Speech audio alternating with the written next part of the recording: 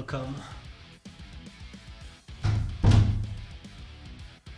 Welcome to the stream. Start right off here with a warm-up.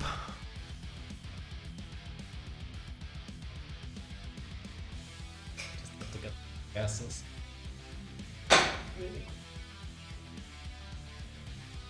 Now we can do. Okay, so gonna move around the wrists so we get the blood flowing here.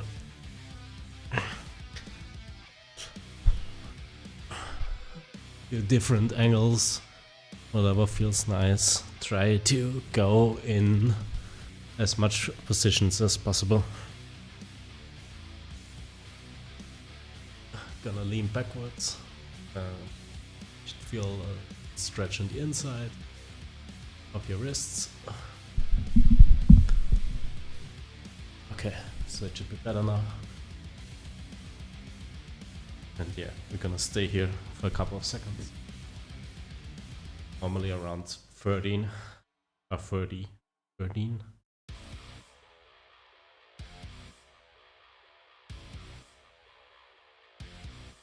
Then you can switch around, either do it backwards again with the wrists on the opposite side or sideways. You can go a little bit left right here or back forth again when you do it the other way around. Depends on what feels better to you in that case. For me that's not really a stretch anymore, so I'm doing it side.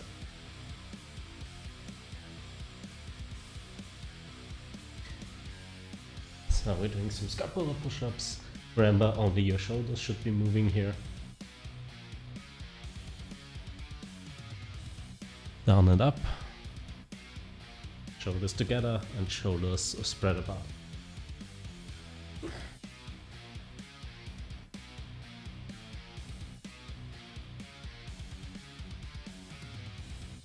Only a couple should be enough, normally.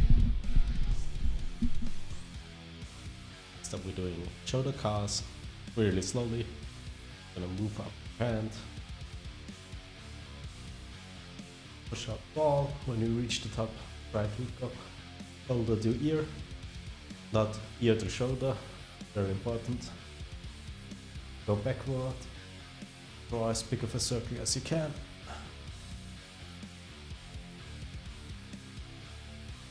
Stay for a couple of seconds here, go down, breathe in, breathe out, and go back up.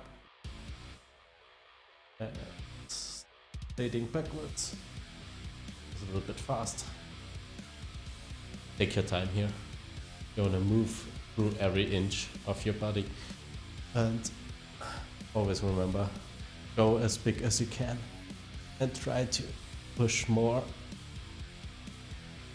where you still feel no pain.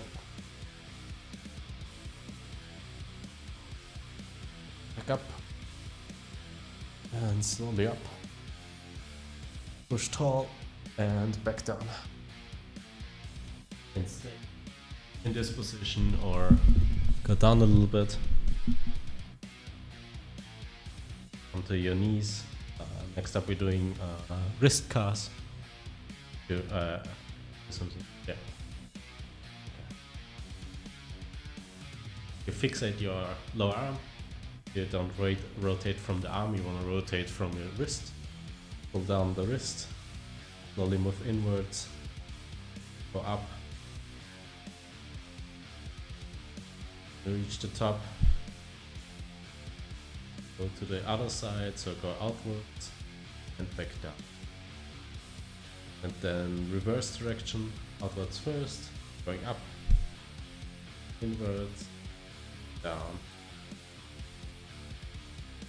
Same on the other side, so you can do differently too, doesn't really matter. If you start outwards or inwards, or start inwards, go outwards. You should do both directions. That's the important part here, not necessarily which you do first. Want to keep it consistent and remember, okay, did I do both directions or not? Then I recommend doing the same on both sides.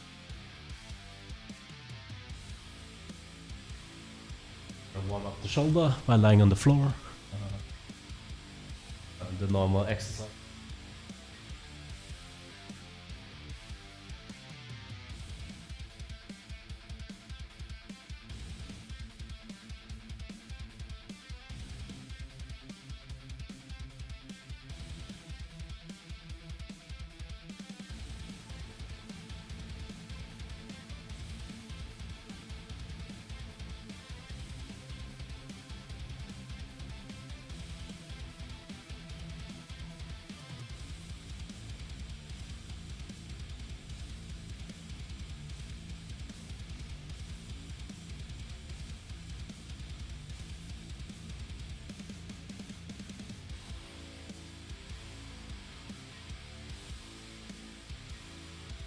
And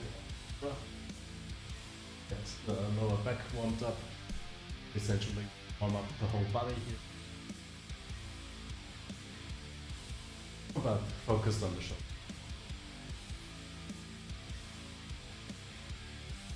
I don't recommend doing like cardio.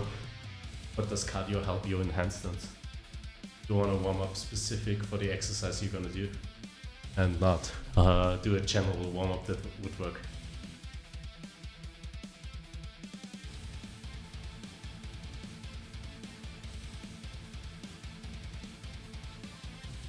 I don't get it if you do like jumping jacks or no rope skips or running around. It only works if you're doing something that needs cardio. Better warm up the way that gets your body heated up, but is focused on the exercises that you. So in handstands, we of course wanna warm up the shoulders as much as possible. You should feel really warm around the shoulders before you start doing a handstand.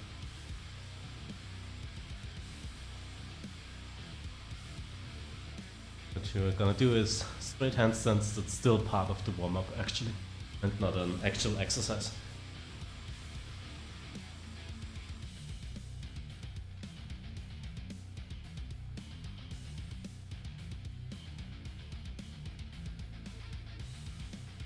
Here we go.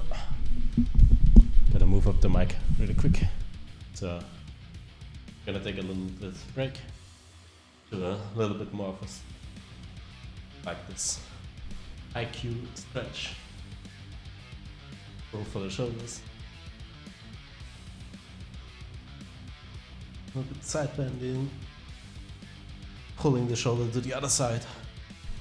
And you don't want to spend necessarily too much time between warm up and your first set.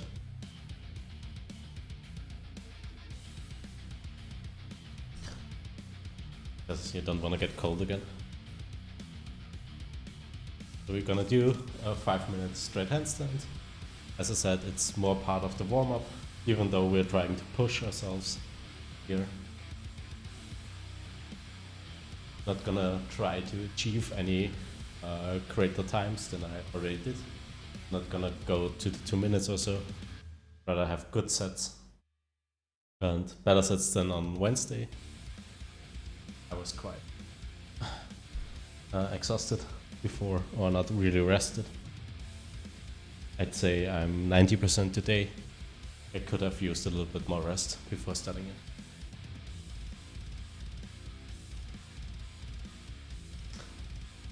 We'll see how it goes. So I'm gonna move the mic down again.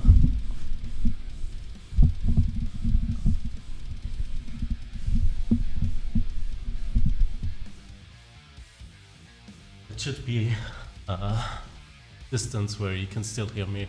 I'm gonna try to talk through the handstand, what I'm focusing on, what's happening, and yeah, we want to stand as long as possible for a total time of 5 minutes.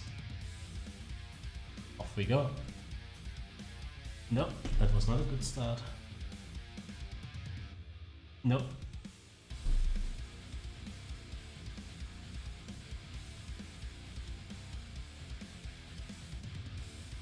Interesting.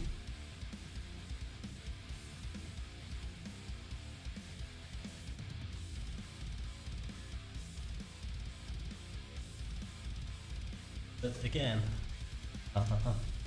if you fail a couple sets, I recommend taking a break before you try another one. So you have a mental reset to press.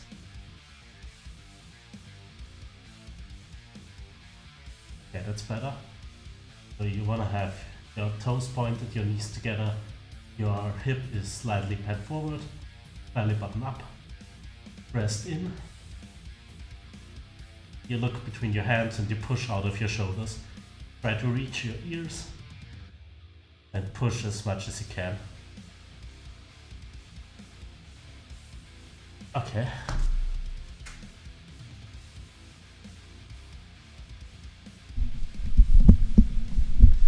Guess we're taking a break before we try another one.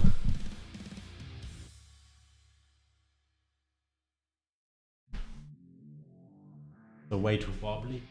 I would have way too much to fix to hold it.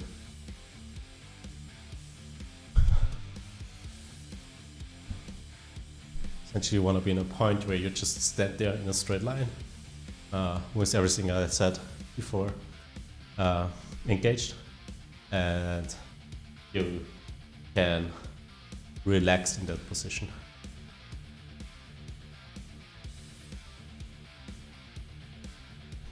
The easier it feels, the longer you're gonna stand.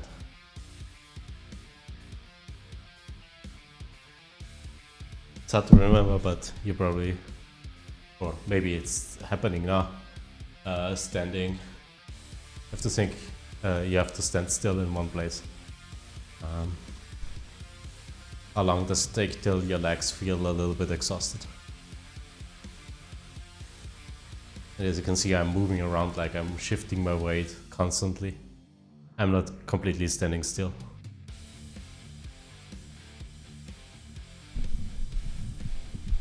You cannot do that in, or we don't want to do that in the handstand in the beginning. The better you get, the more you can start weight shifting, for example.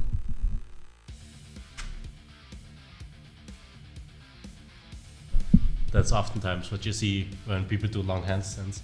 They are a little bit moving left to right and stuff, so they get a relaxed one side.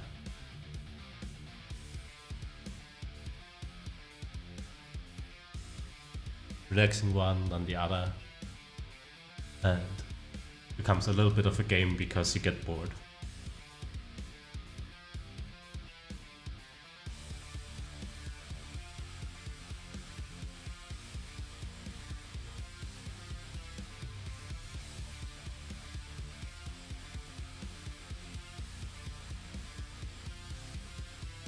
You have to breathe as much as you can, and correction should come from your fingertips and your palm of your hand. Everything else stays in the same line, is engaged around 20 to 30%. So you have a basic engagement in the core, in the hip, and the knees and the toes. Knees not necessary, that doesn't work. And look on one fixed point, on the ground.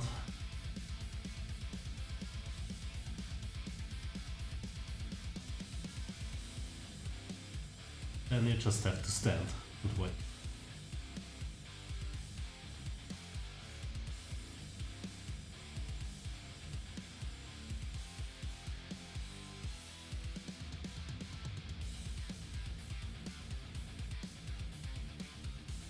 Oh, sadness.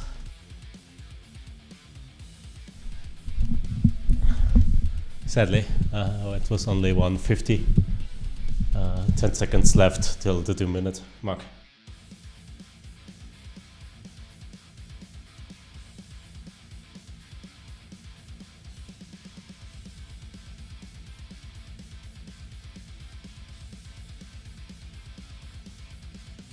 But you can see the difference if I'm way more rested.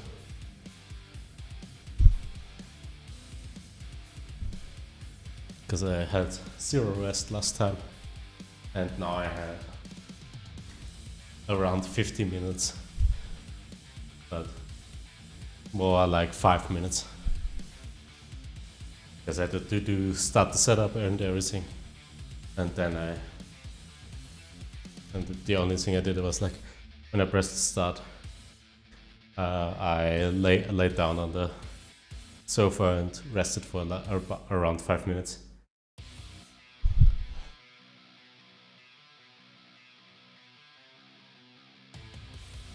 I'm gonna take around 3 minutes breaks in between.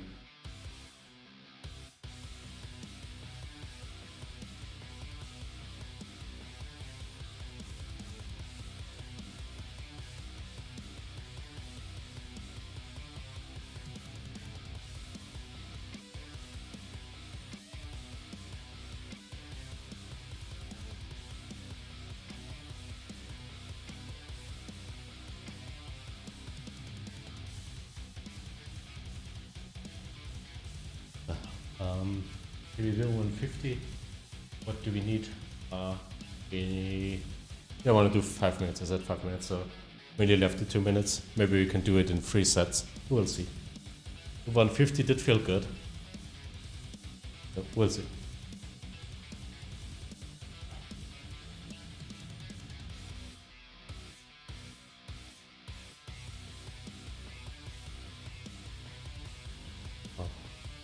Okay, here we go. Write a message. I don't know how you are as a person, but I'm trying to get a little bit, not better at it, just differently, where I'm not, where I have really times where I don't look at the phone and don't care if there's a message or not.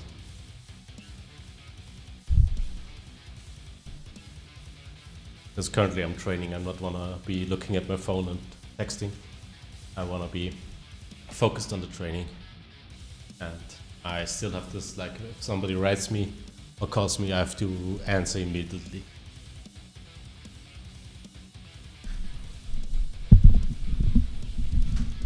Otherwise I think it's rude, and I want to get a little bit rid of this mindset.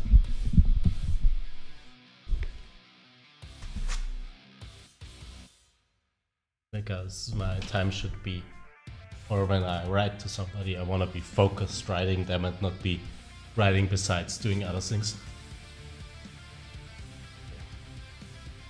Talk about that after the next set.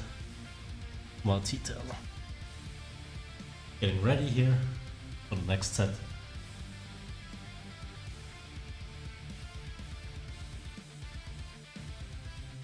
Not a good start. A little bit overbended, or a little bit too hard of a kick, so I was going over the shoulder here. I had to save that.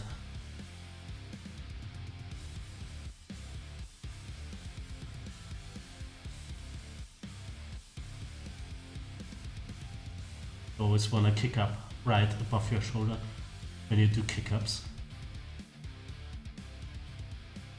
And not over your back and shoulder.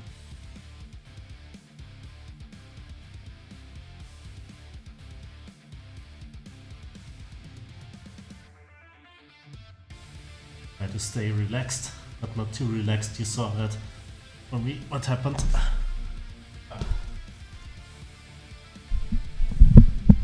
So definitely lost a little bit focus here, and also I lost the shoulder push, so I tried to correct it, and it's quite hard to do that, to be honest.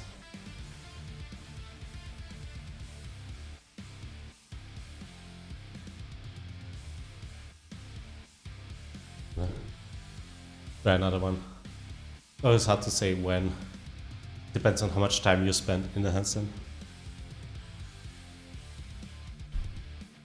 I think if you say this is my max set, and you're around the half part of it, then you probably when you fall out, then So you probably have to reset your completely and take a rest.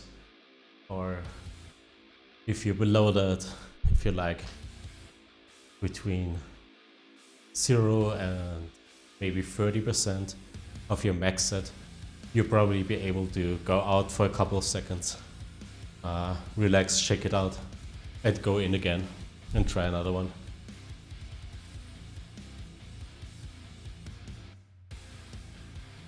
But see, I don't know the right percentage for that, but between 0 and 30, probably around that.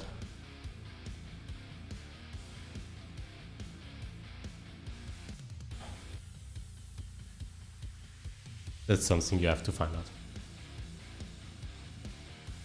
Thinking like, yeah, around, yeah, definitely. Around 30% is around 10 seconds, right? Yeah, 20 seconds. I think if I do a 20-second one currently, I should be able to just check it out and go in again.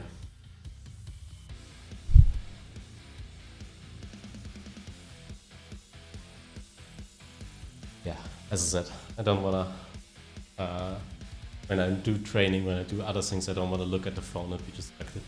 I also think it's a little bit rude if I'm like working or doing anything else and then typing, because I probably make mistakes and I'm not looking at the message that I'm writing and not giving the other person the attention it actually deserves.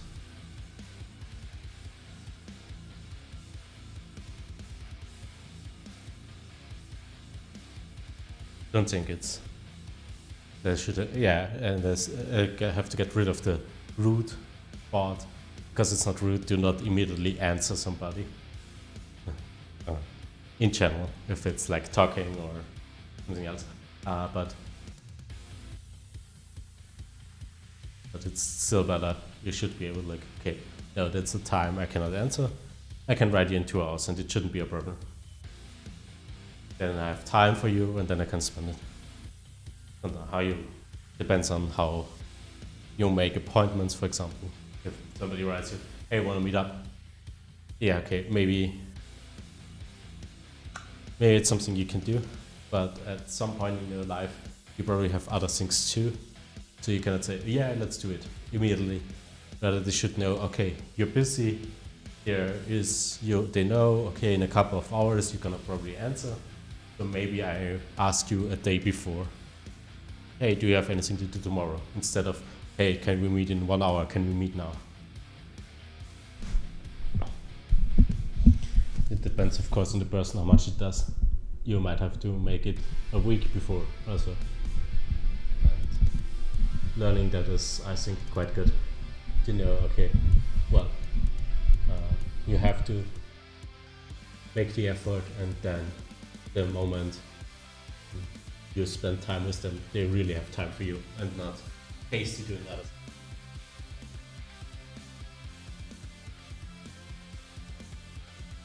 Let's try again. Hopefully a better swing up this time. Nope. And I'm having a hard time finding the right swing up today.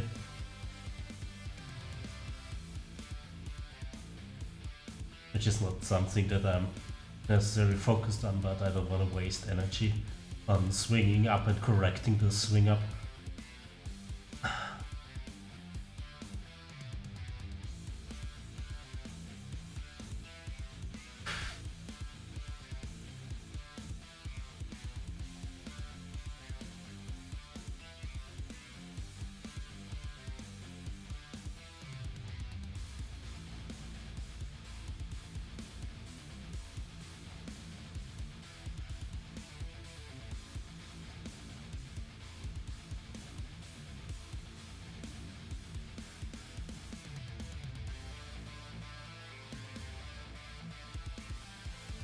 Mostly concentrating on the form now, so I cannot talk that much.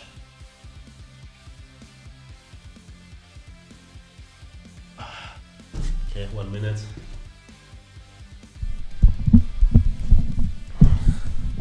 It's good to have a clock below you that you know how long you stand, but the same time, now I got into the part where I'm constantly looking at the clock, distracting me, and also I saw, okay, 1 minute is coming up, and instead of being like, okay, yeah, I have the minute, I can go out, and the second I fought the court, I got out.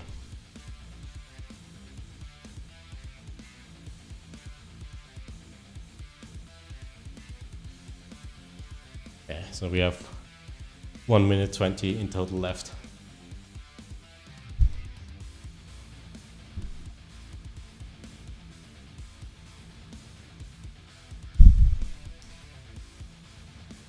So I'm getting really warm now and warmed up. I think I want to switch it up. What I did before was like, okay, first set I tried to stand it as long as possible. I think I do, okay, slowly pulled up and have the last set, a longer set. Be like 1 minute, 1 minute, 3 minutes or so. Or 1 minute, 1 minute, and then 2 minutes, or 3 times 1 minute and then 2 minutes.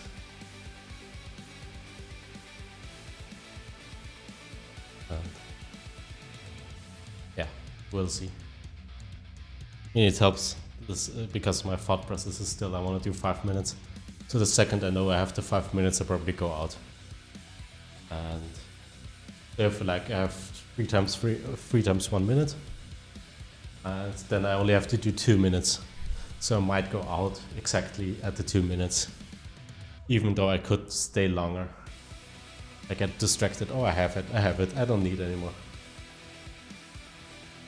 So I'm not making progress there.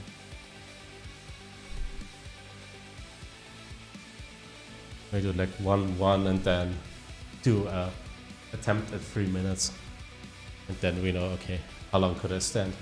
And then we have 1 extreme set and the last set, depending on how long the third set goes.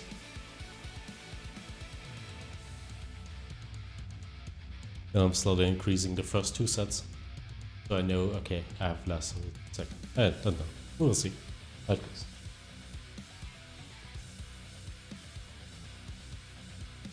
That's what I like to do on my own program. I can experiment a little bit around. It only works if you're really strict with yourself. So you'll notice sometimes that I'm like, okay, it doesn't work, so I'm moving on. I'm missing 10 seconds there, 20 seconds there. So yeah. But I still try to do sets I do. Times I wanna do.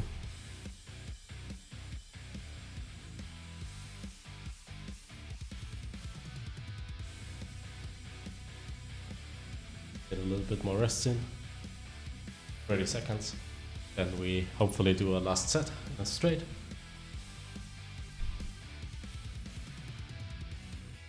We'll see.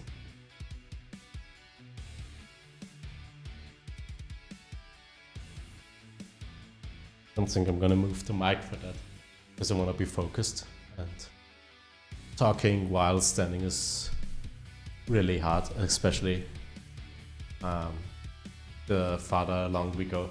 And so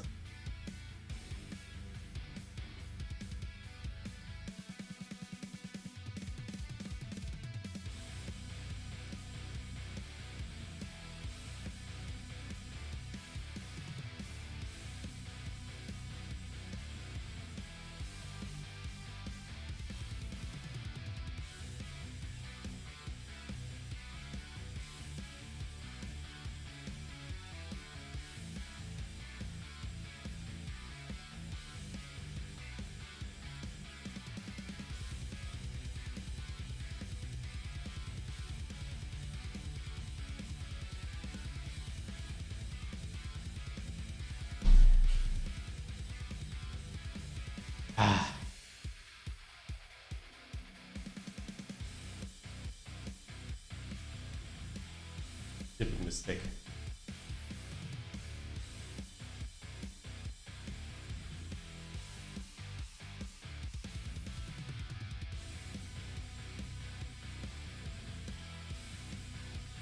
tried to correct the handstand, even though it was not necessary.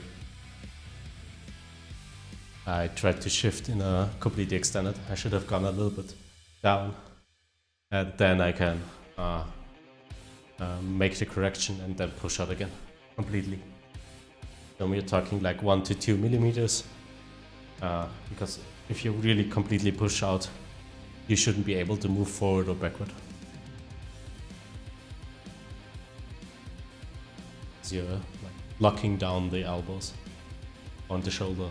So the elbows are completely locked down all the time. You're locking down the shoulder.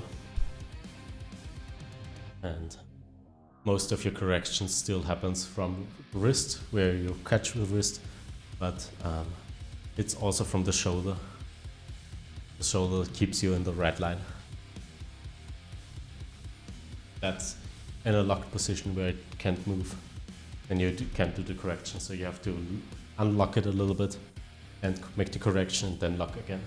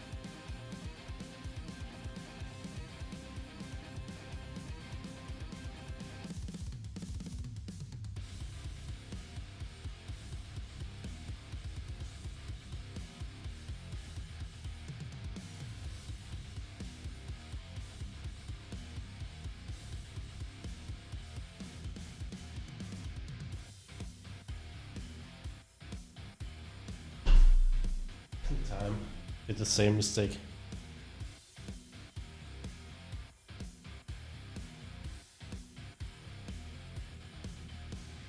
When I did want to do 1 minute 20, we did 240s.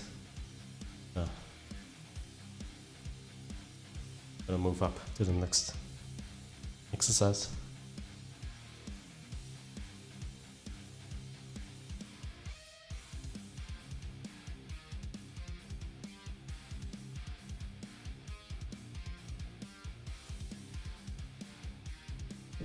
Way smarter, I turned off the internet on my phone, so I don't get any messages.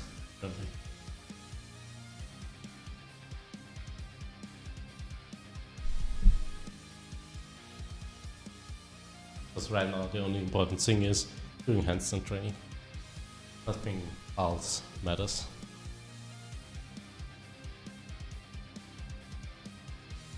Like the world's be ending, who cares? Gonna go out. That's it.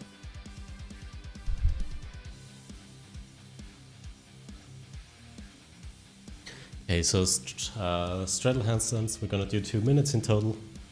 What we do is the same position as in the straight, and then we are actively pulling down, not pulling, we're actively spreading the legs.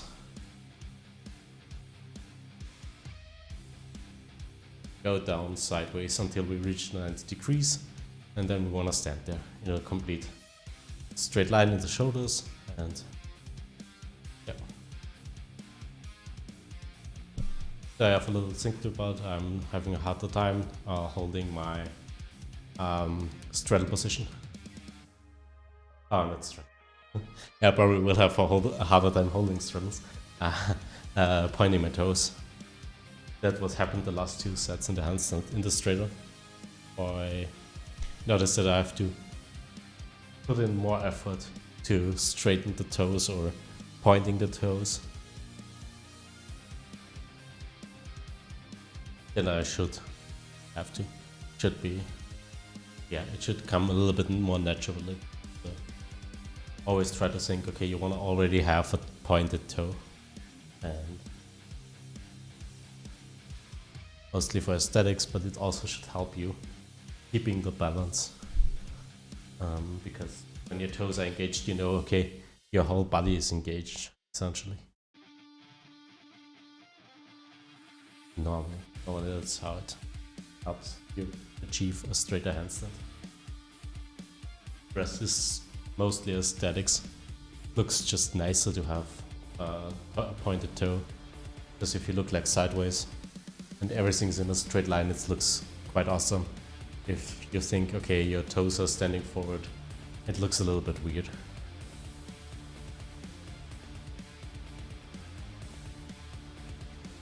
I'm gonna do straddle holds front side.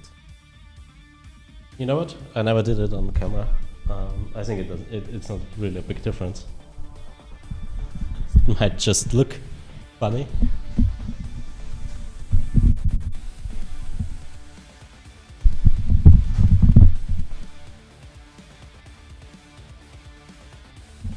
So I'm gonna do it in reverse.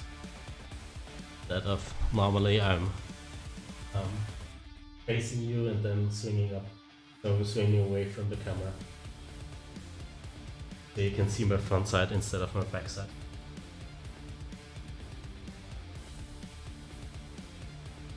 So enjoy. Wiggle, wiggle.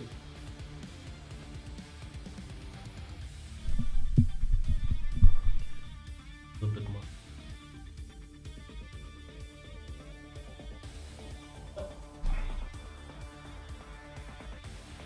Wanna be in a straight again, find your balance here, and then slowly go down with the back sideways, point your toes, push out of the shoulder, keep your line, and go down as slow as you can, into a 90 degree if possible. If not, stay a little bit higher and try to increase it with stretching.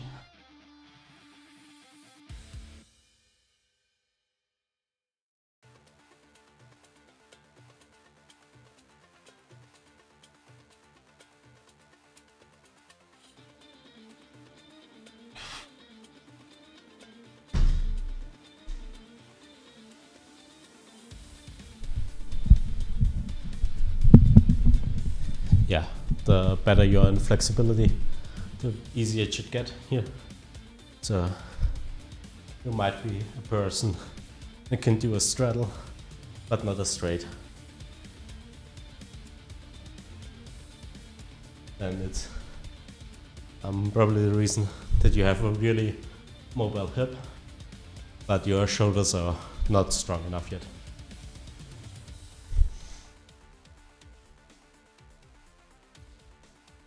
As generally, the lower your center of mass is, the easier it gets to hold. And the spread legs help you to distribute the weight a little bit more sideways. So if you don't have a problem standing in this position, you only have to hold essentially your upper body and hip, and only the middle part of the hip. That doesn't have much weight. It's the legs that have the most weight below there, and that weight might be hard to hold in a straight line because your shoulders are not strong enough.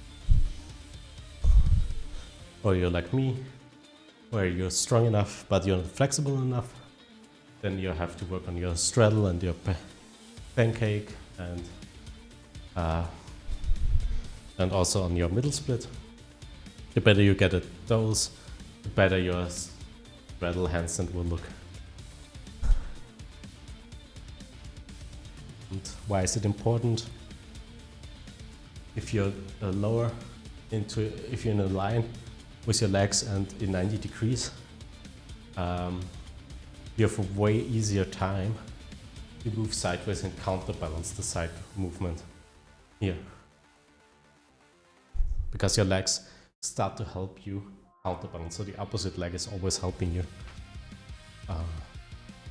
to keep you on the other side and not just fall to the side if you move sideways or bend sideways.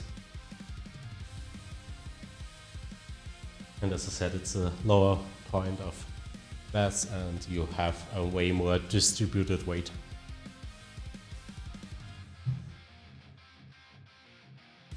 That's unfair to say, but you're like, you don't have any legs, your handstand is probably easier than for people who have legs, essentially. Because in a handstand, what do legs help you? It's just a little bit of balance. but mostly why do we do straddles? Because the legs are so heavy that we don't want to have to weight on us in a handstand. And if you don't have them, yeah, you're easy, but you still have to train a lot, and getting in a handstand is way harder. So just respect if you can do a handstand.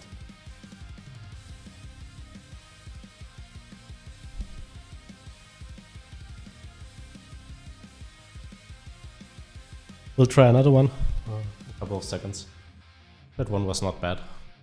I didn't see it necessarily, sadly, but it felt good. I could go lower probably. I did a little bit above blanching, but it's okay.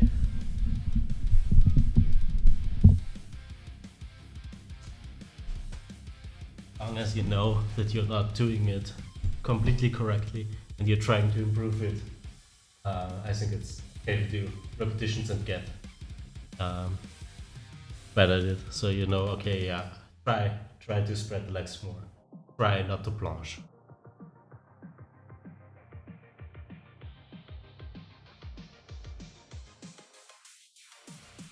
Or find balance in your straight handstand and go down with the legs sideways. Push up ball from the shoulders.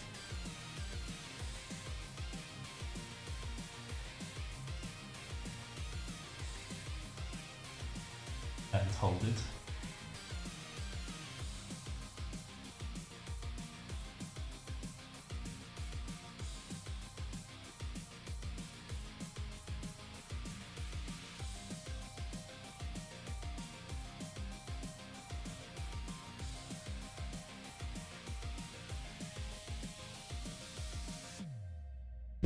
Oh, sadly.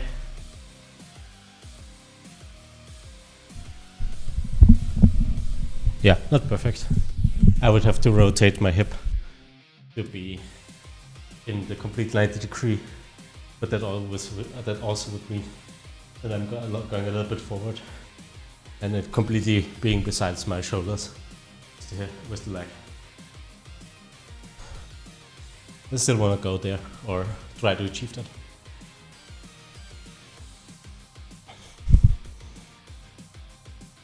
It's not something you have to have 100% because your one arm could be a little bit hip forward too, but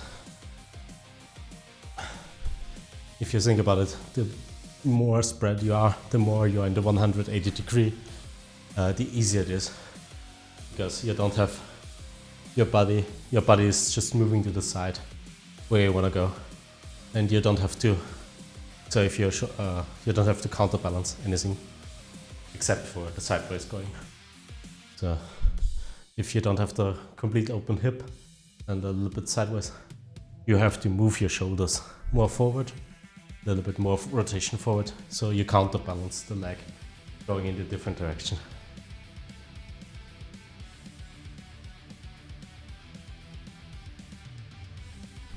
That's because your leg is going back and your shoulder forward, so you have the straight line again.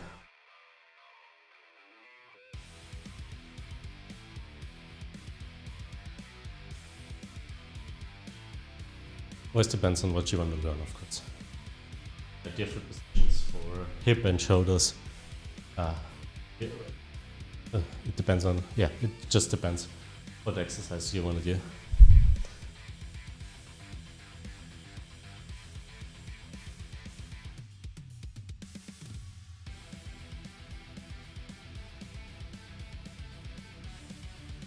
What you don't want to do is have a bended elbow, except if you're going into a handstand push-up where you go in an elbow, where you bend your elbow to go down. But if you just want to stand in a handstand, your elbow is always in a complete straight line, never bends. And even if you do handstand walks, the real handstand walk, you don't need to bend your elbow. You see people bending their elbows That's not a handstand walk. Doing something else. They are trying to destroy their body essentially, because every time you bend your elbow, you're putting so much strain on your upper arm and also on your lower arm to get that back into a straight line. A real handstand walk is with a straight arm. You're moving sideways. You are going into a position of like one arm, and then you can lift up the shoulder from the ground by retracting the shoulder and placing it in front of you.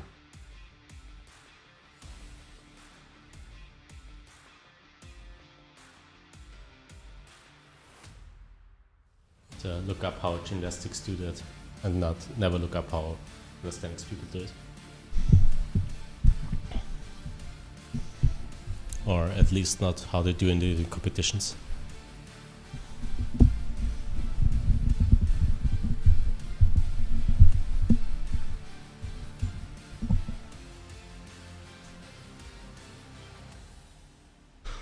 They might look like fun, but they are not for long-term things, and essentially, if you know what you're doing, they just look ugly.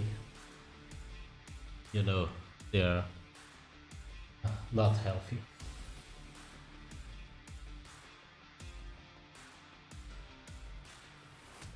While balancing you straight, go down with your legs sideways, go out, go up.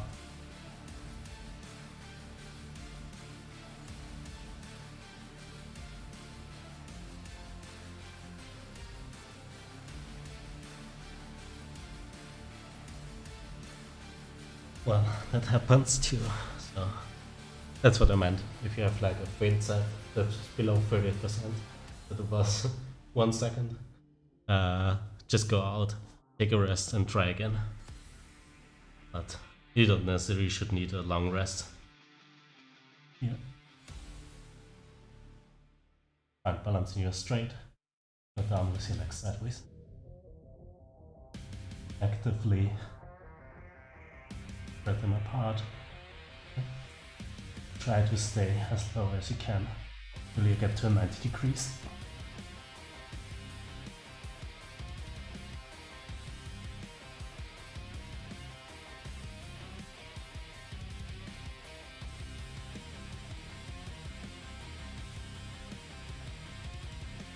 Oh no, I fell out.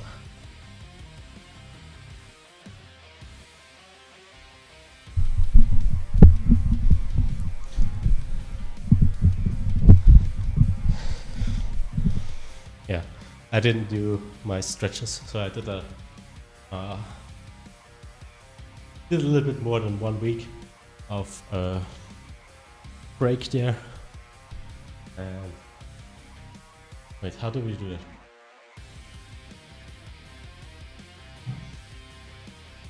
When I had my deload week, I wanted to do the stretching more intensely.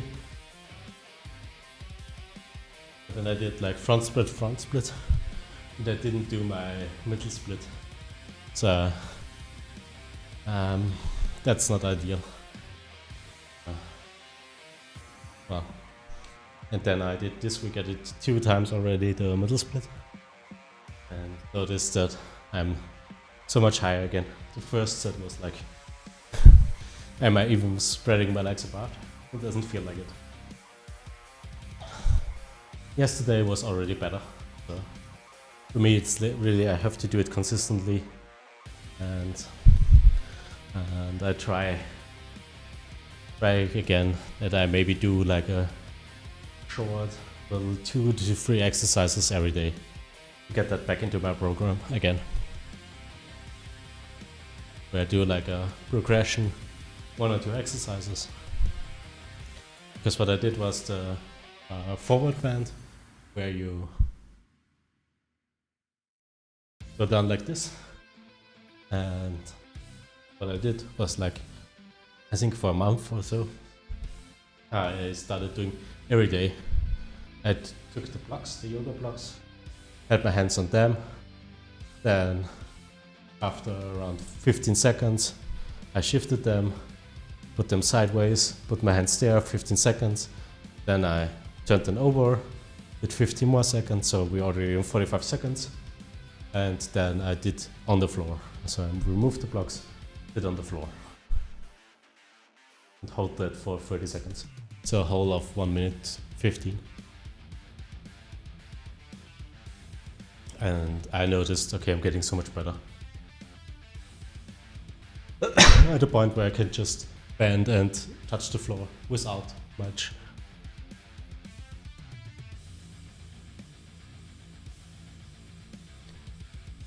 Yeah, it's not perfect currently, but if I do it more consistently, I can keep my back straight and just touch the floor. I want to do that with maybe this exercise and another one. Maybe a pancake, where I do like sitting on 2 blocks, 15 seconds, remove 1 block, sitting on 1 block, 15 seconds, sitting on the floor, 30 seconds, and then do like 10 bounces. You try to bounce the hip back and forth.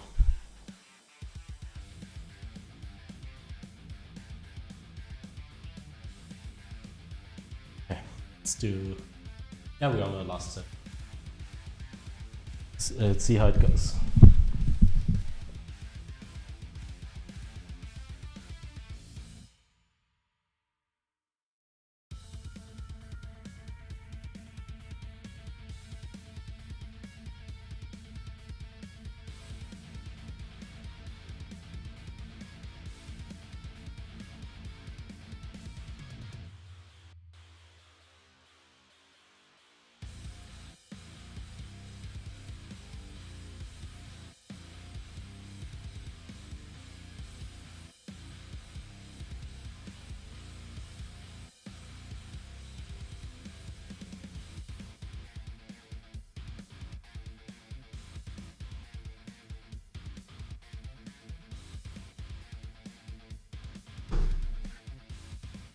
Yeah, and what depends on who you ask, or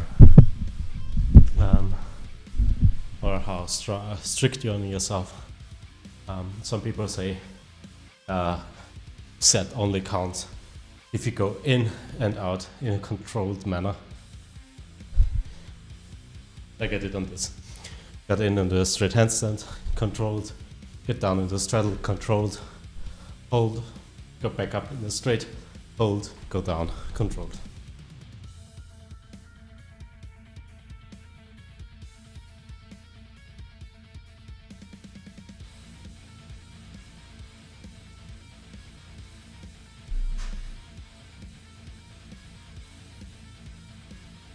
Next up are ducks. That's one exercise where I cannot duck much.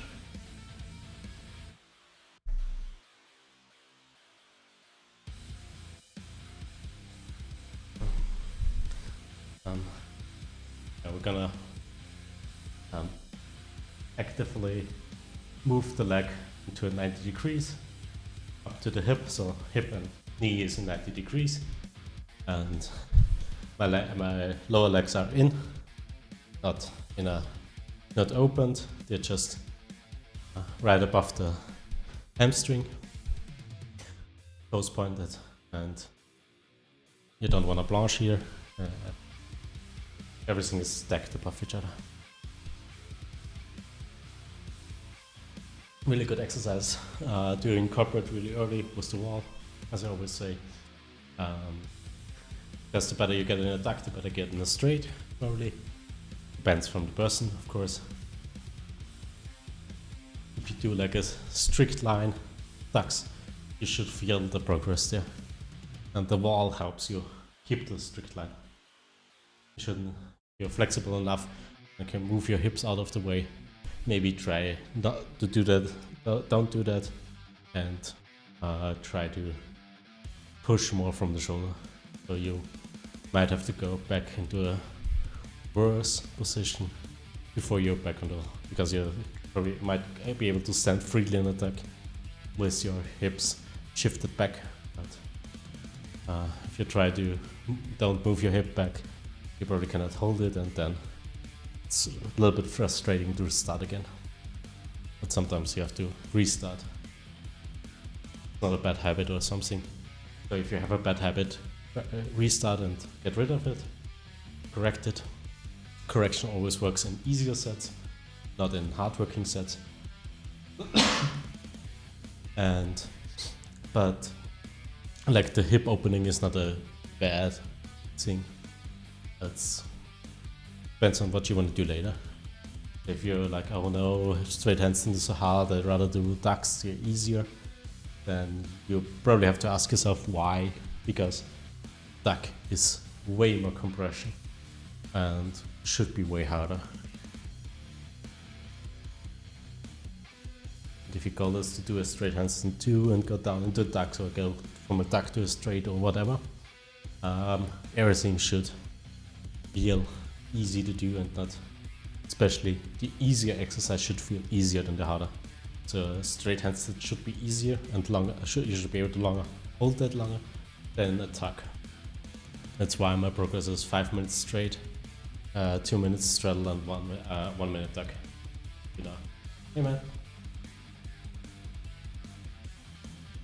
we're gonna delete this.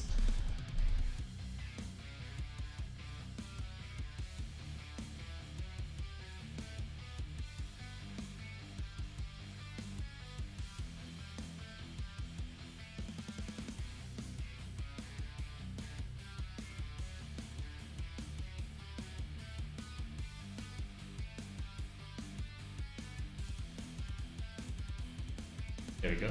Not interesting.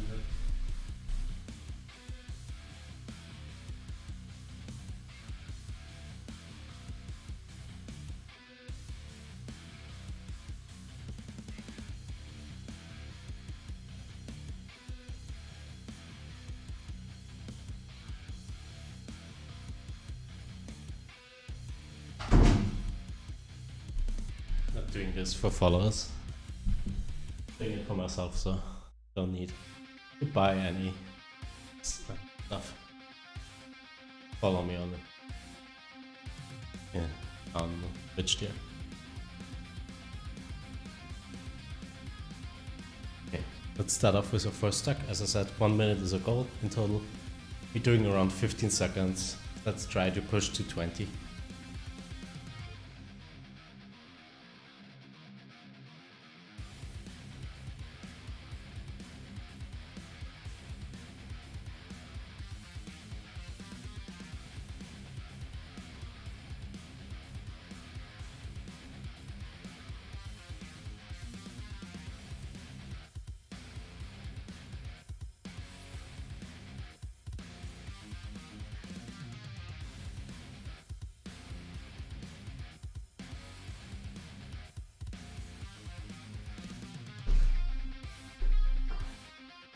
Weirdly enough, I think I didn't do 20, it's 15.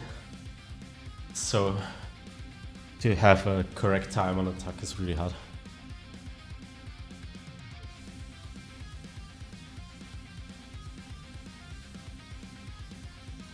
But I normally like to record it.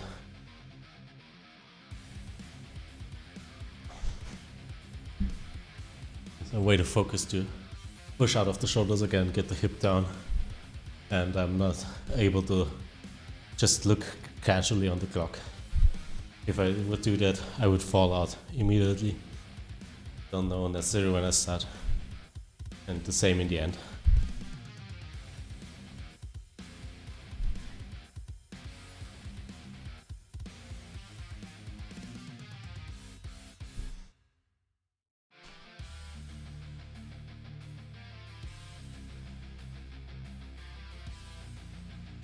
But that it doesn't hurt that much. I don't know if I'm like pressing on it or touching it, I have a little cut. It's like, oh no, I can't. It's a really small one, but still, everything can be distracting.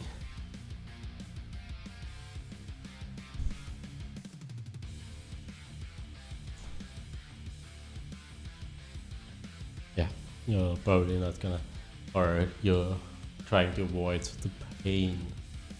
Probably? Maybe? depends on the person, but I don't necessarily want to press down on somewhere that hurts. So, and then you have to watch out.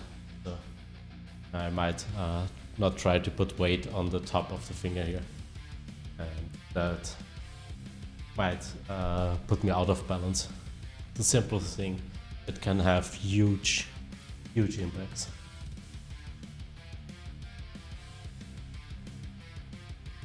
Especially if you're focused on that, for example. Try to avoid that. Your focus should be on pushing from the shoulder, getting a right position, on breathing at some point, yeah. Never forget you want to breathe. You want to be able to breathe in a handstand. Because if you start off, it's probably be and then when you get out. So, can you stand that for a long time? Probably not.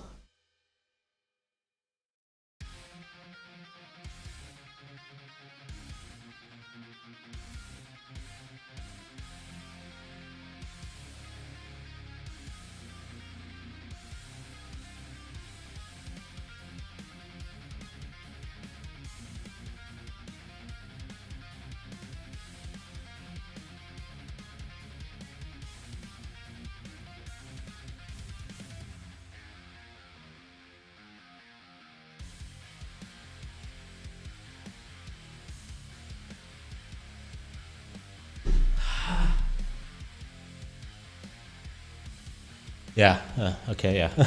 Exactly what I thought did happen. So, yeah, I was shortly before a fallout and I tried to go back up. And then I already had a little bit of a forward bend, so I pushed forward, or backward rather. And my legs were already going a little bit backwards, so I should have waited a little, maybe before I tried to push out again of the shoulder.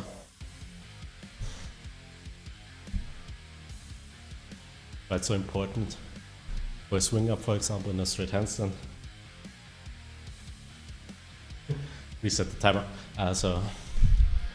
If you're not getting with your leg above your shoulder and your hip is not getting above your shoulder, leg doesn't necessarily matter that much in the beginning. Just helps you, or it's better for your mental image, I think. But you want to get your hip above your shoulders. And if you cannot do that yet, and you try to push, you're a little bit forward here, and you push out of your shoulder, where you're gonna push? You're gonna push backwards. So your body has to be above you before you push out of the shoulder in a completely straight line. And you want to do that all at the same time, so it doesn't look like one step after the other. Shoulder's already extended. You go up and get your hip above it with an extended shoulder, and if you don't extend it right away, you have to get your hip above your shoulder first, and then you can push out completely.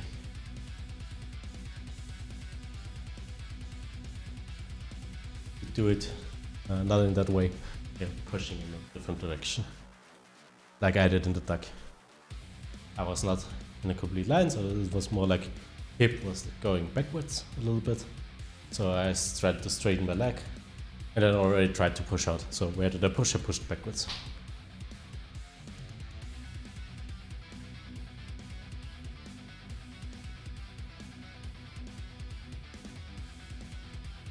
I have 25 seconds left. I think if I can do another 21, I'm happy. Yeah, I think I'm happy. That's the progress.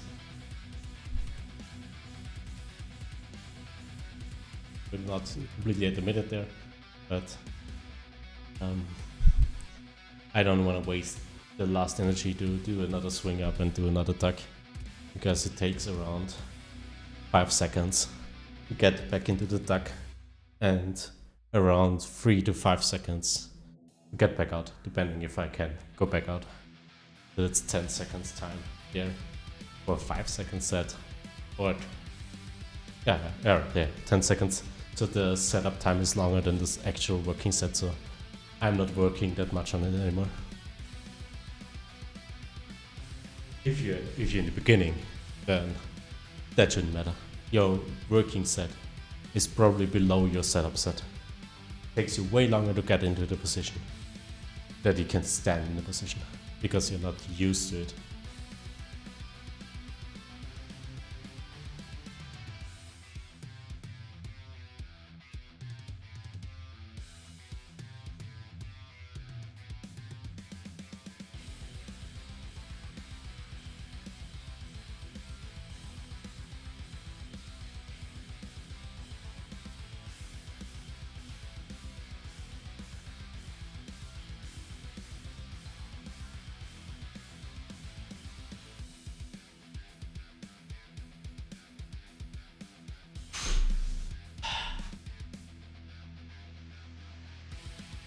Okay, 18.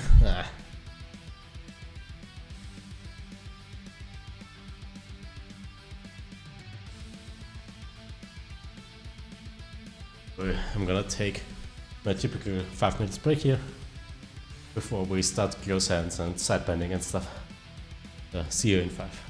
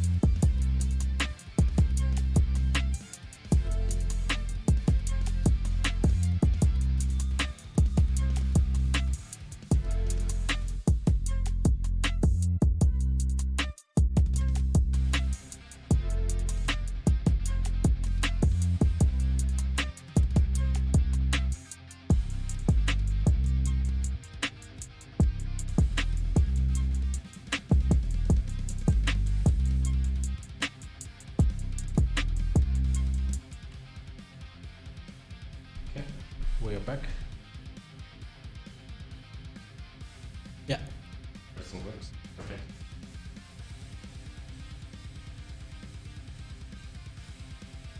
See if the splits are continuing. Yeah, looks good.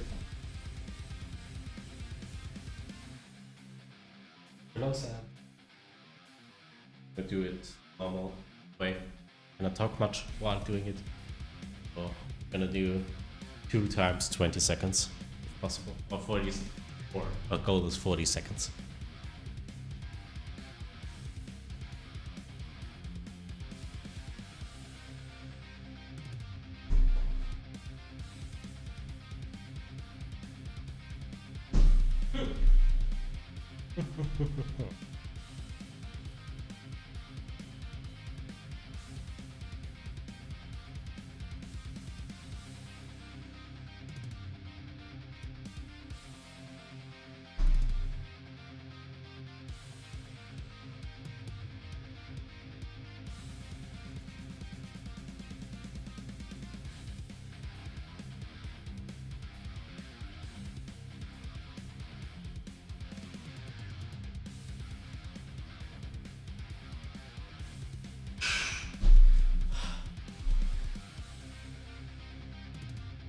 Yeah, completely pushed out of the shoulder there.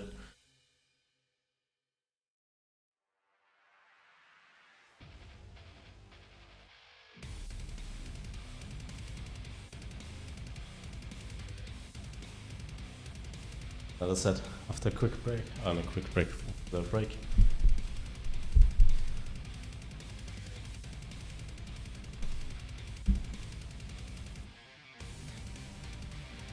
I like to do the break here because now it's a change of pace where we really focus on the basics in the first 3 exercises and try to get more time in, better form in.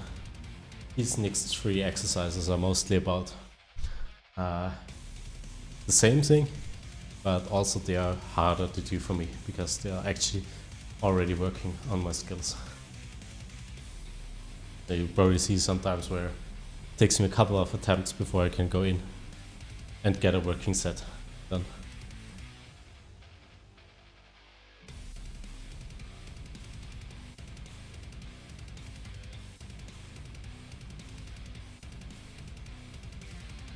Okay, fatigue overcame me here. Hopefully it doesn't last, it's just a couple seconds.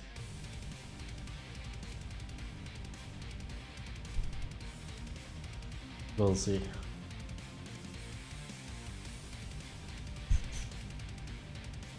I definitely need to eat something afterwards.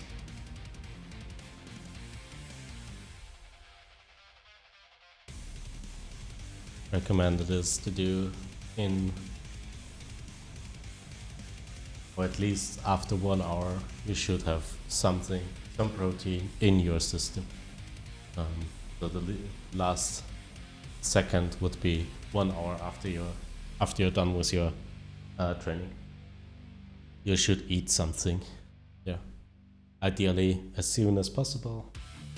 Of course not be like finished and then just eat. Take some time to calm down. That's where I have a cool down too, and then you can get the necessary proteins and energy into your system, so your muscles build up.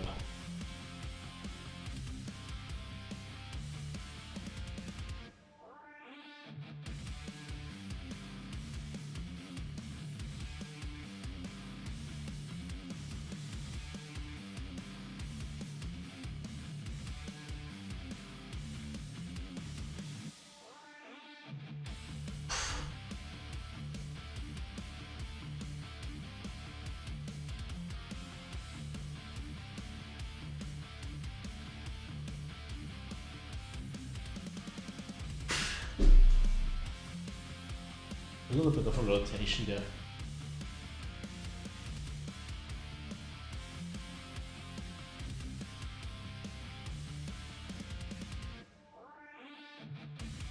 Okay, let's move off to side bending. what you're gonna do is side bending is by pulling in the ribs and opening up the other rib side. So you're trying to get your ribs in as much as possible. You're not gonna shift your hip or something. It's a rib cage movement. The goal is to get the opposite hip above the opposite shoulder, where you're bending to. So you're back in a straight line if you would lift up the other arm.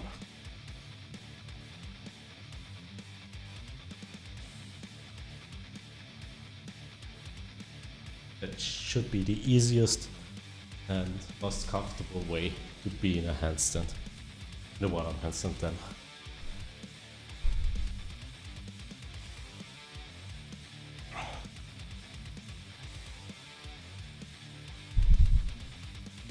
Where you can hold it for a really long time too. Not one arm if you're just lifting up one arm and taking a photo. That's it's not a real handstand. No.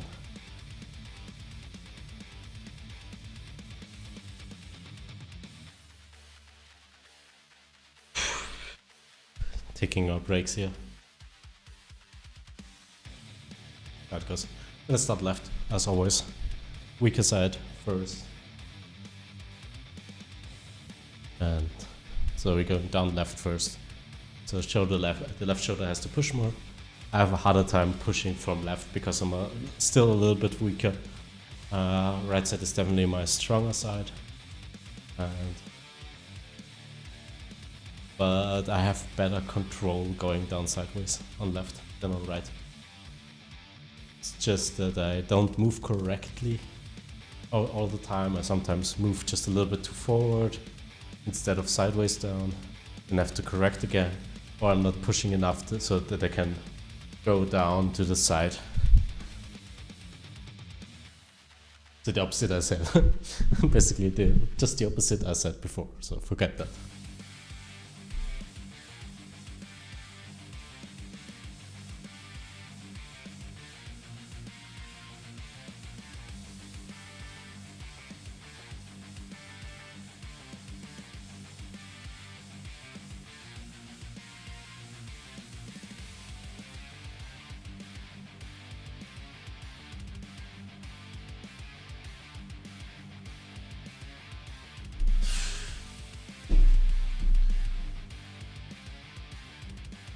Oh, it was not that bad.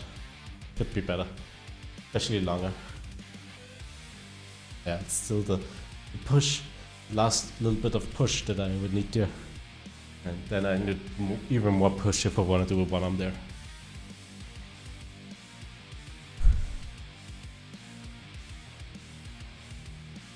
I think if I have the strength, I can achieve it on the left easier because I have a little bit better balance. I can hold my body in a better position and find the right spot where I'm in the center. On the right I have the center problem, where I can push enough, but my body is not in line where it should be. So I have constantly to correct it. And yeah.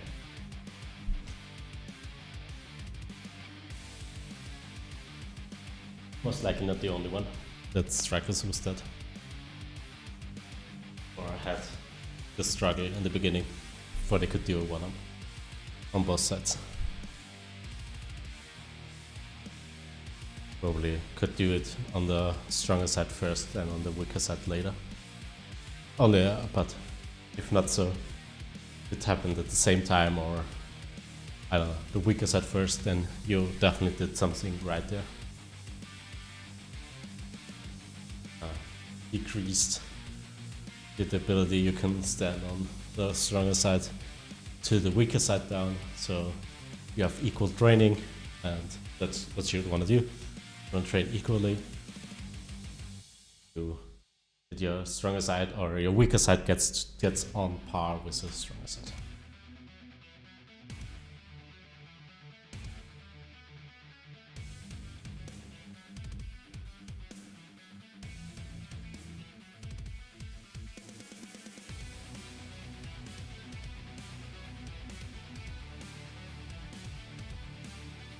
Come on!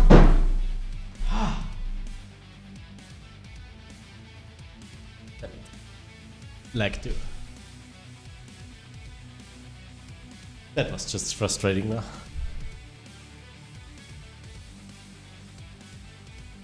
Set a actually good position there.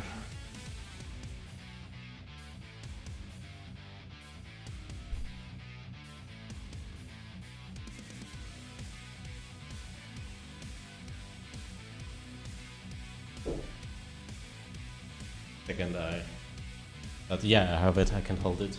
I lost focus. And there's a little bit of, like, I don't know if it even was a second there, but distracted me enough that I fell out because I didn't concentrate on the position.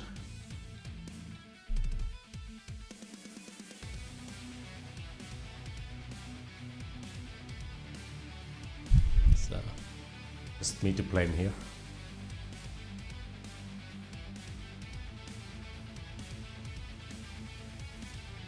Too much of handstand is in your head too. You're distracted if you're not focused enough. Yeah, you're gonna fall out. You wanna be in the moment, you wanna be concentrating on the things you wanna do. Especially you wanna be thinking what to do now. Should be a little bit more like an automated position. Go straight, go straddle, go side bend, go hold, go back. And you're not thinking, okay, first I go up, and the second you're going up, okay, next up is going straddle and then side bending, and you're still not in the straight. So your head is way too far ahead, and you're probably gonna fall out of the straight already before you even start the straddle.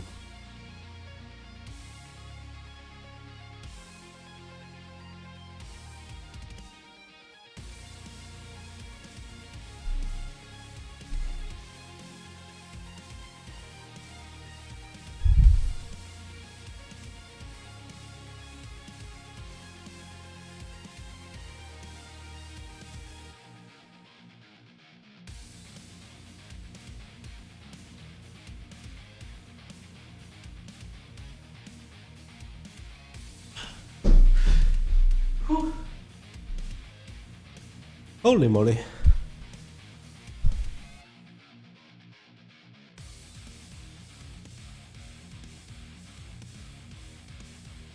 Have to watch the replay then of that one, because I'm not sure how long it was, but it felt really long, like longer than normal.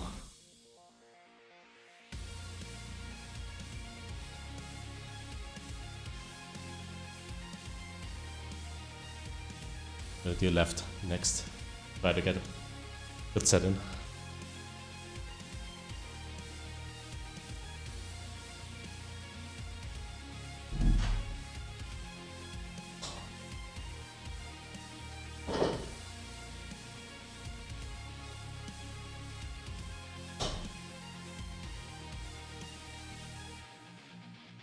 I don't know, I'm a little bit used to preparing the next exercise and the break of the exercise before. Not the best idea either. Just do the break and set up everything so you don't look at me moving around stuff in the room. Essentially, I'm just standing there talking simulator. It's just like a handstand simulator too.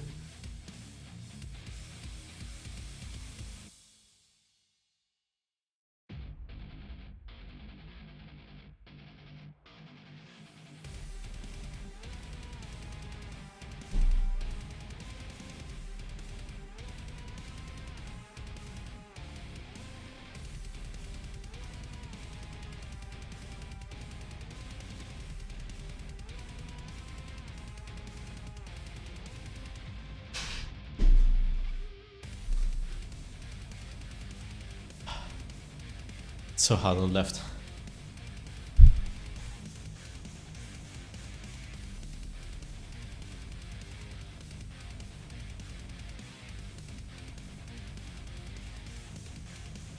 I'm doing the setup.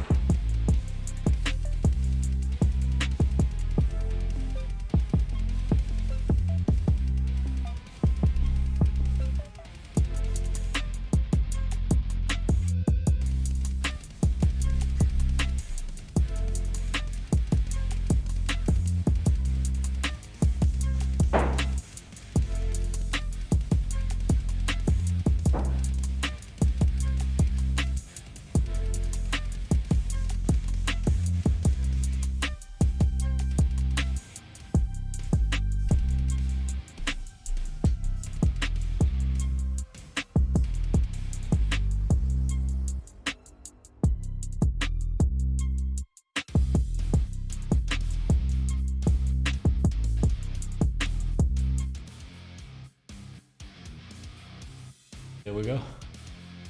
Have to put pucks on the wall.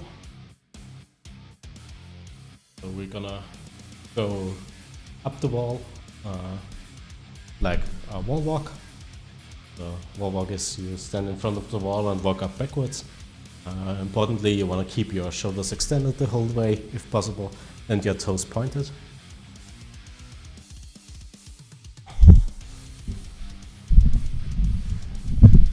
And then we are gonna go from a straight to a straddle, and then do side bending, 3 seconds hold, move to the next block, side bend to the other side, go right, left, left, right, and then second set starting from the other side. And I always want to have the free arm for at least 3 seconds in the air.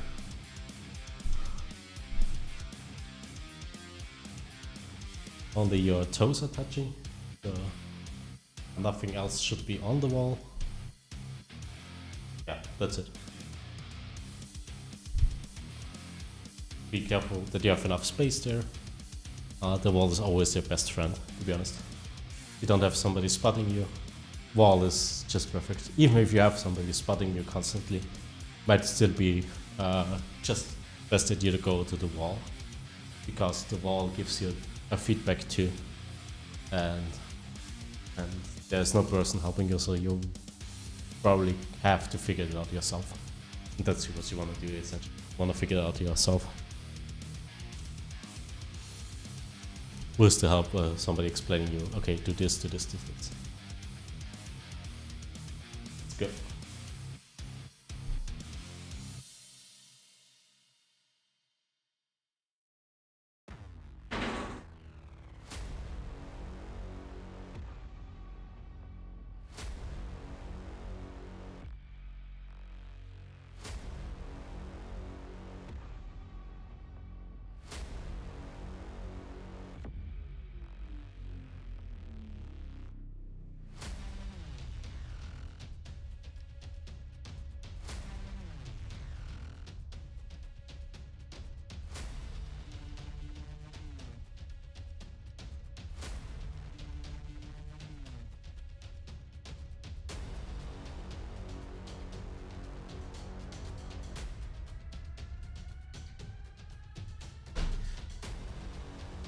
Possible get a way out, you got in. Whew.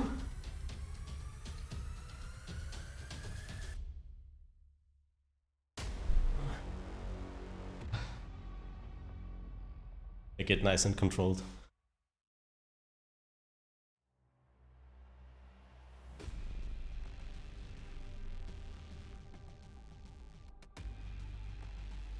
If possible, get a free wall.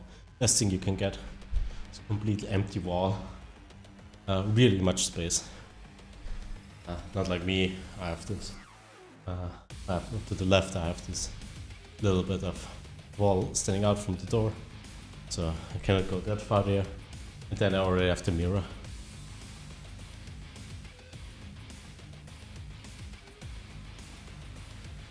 Before I started streaming, I used to do it on this wall.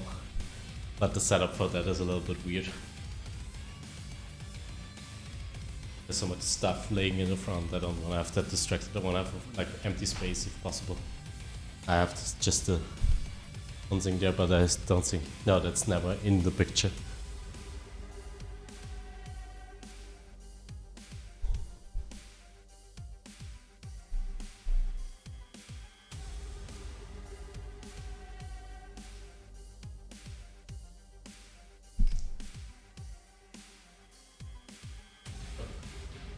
Screen was a little bit, just a little bit too wide. Where did we start? Does anyone remember? Oh yeah, we started on the bigger ones. So we're starting left side next and do the same thing, going the other direction first.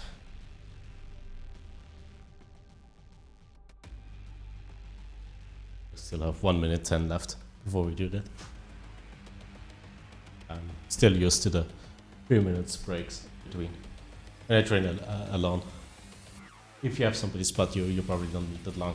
Especially if it's like a course or a class that has a time limit, then normally somebody spots you and you can stand just for longer. Because so often times I have to correct till I get to a position that's already a couple of seconds, and I noticed that why I'm taking longer breaks. I know, okay, even if I don't have enough break that I can do a perfect jump up or get into a straight line immediately, I know somebody is gonna help me as long as I'm good enough and the person spotting me is good enough. And because if you cannot jump up anymore, you don't, what does the other person do? Would have to track you up. That's not useful. Then go to the wall.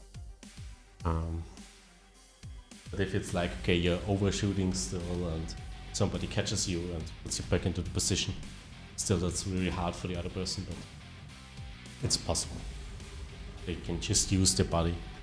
What I'm always doing is catching the other person with my body, like letting them go to my shoulders and not even helping them back, rather let them help themselves back. Okay, so, talked enough. Let's do the next step.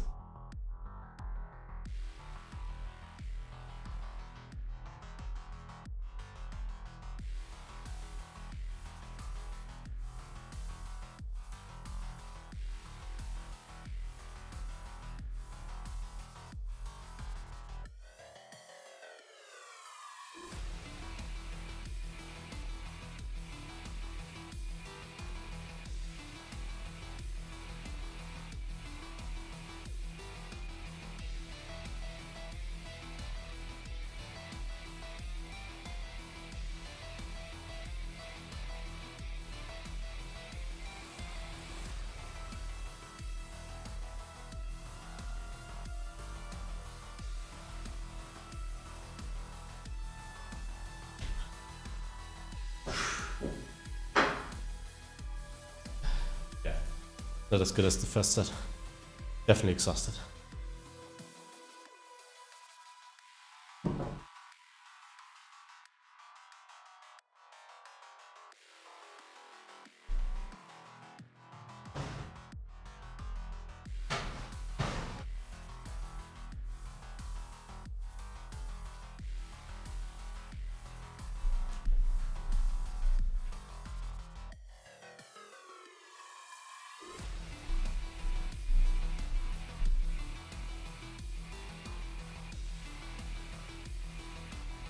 So, doing some strength training.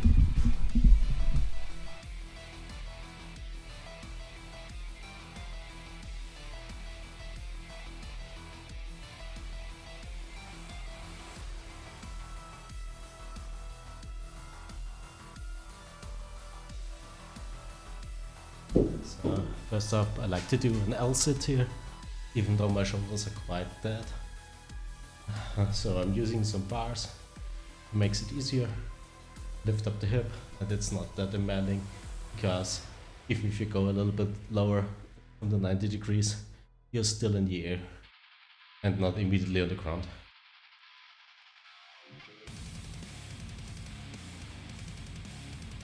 Important here is you want to have your shoulders slightly retracted or forward. It depends on which one you want to do, where you want to go. I want to go to the manner, so opening up the shoulders more and more is necessary for that.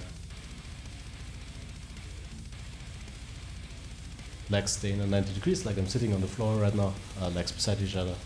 So we are here in the air, holding it from the shoulders, essentially. You can guess, shoulders are quite sore. Mostly it's not working that good. Used to do it on the floor for 30 seconds and worked up my way to V-sit. And I stopped training it, or consistent training it 3 times a week, so of course it's gotten worse.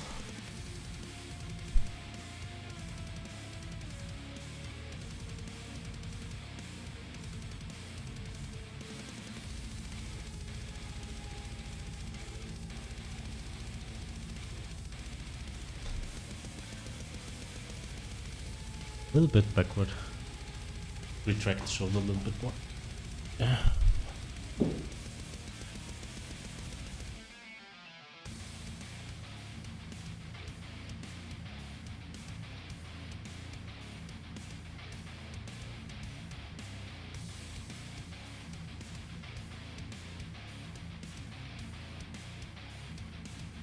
Good. The side.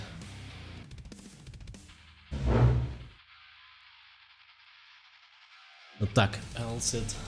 L duck L sit. Duck front lever. See how it goes.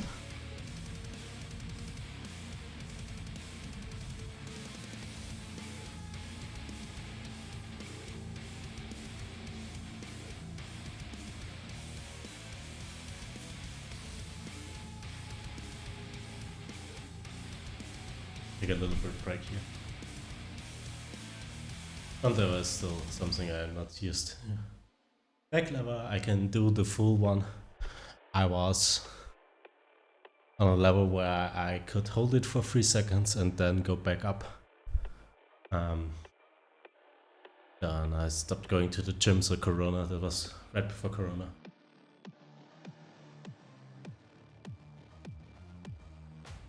Now I barely do it because I need rings for that or something high. And I want to do it on the rings. Finding good rings is not that easy.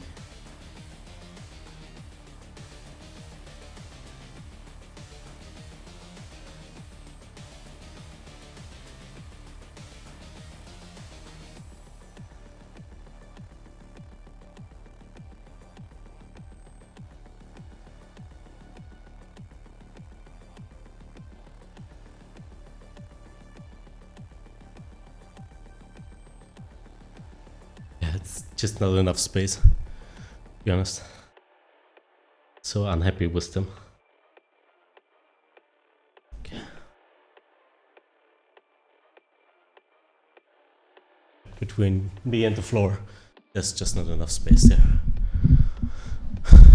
I'd rather hang 2 meters in the air and do it there than be low to the floor.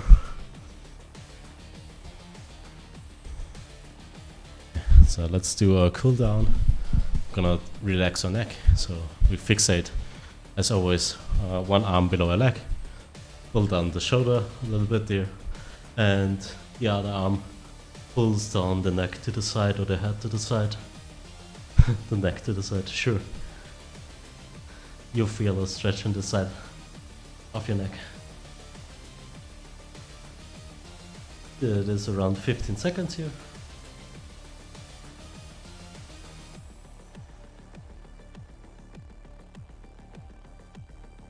Then look into your elbow crease, pull down.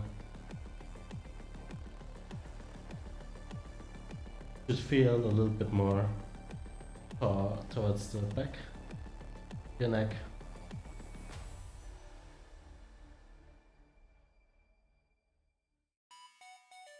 Back up, other side, same thing.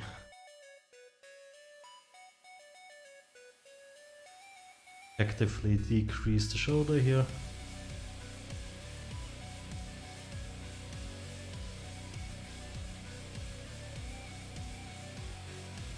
Look sideways. Pull. That really stretches the neck here. For me at least.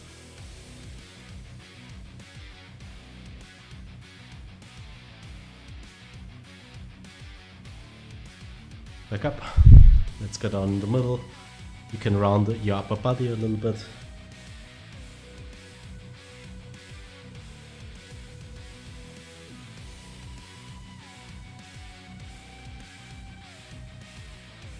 Should feel a nice stretch in your neck.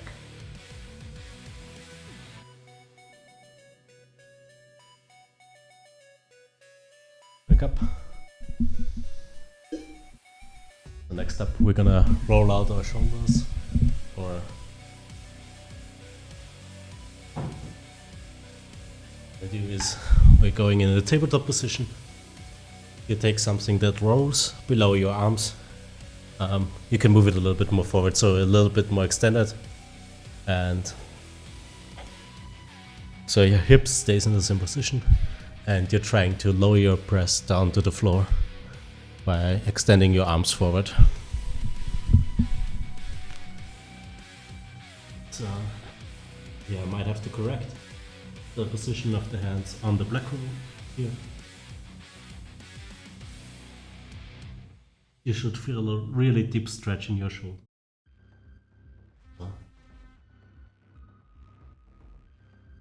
Also in your lat.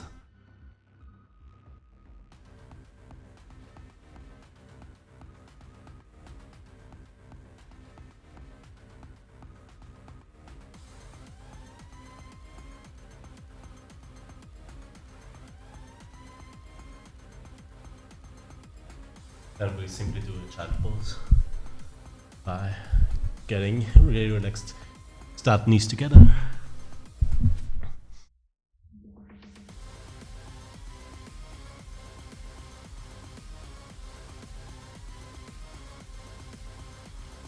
Then open up the knees a little bit and go back down.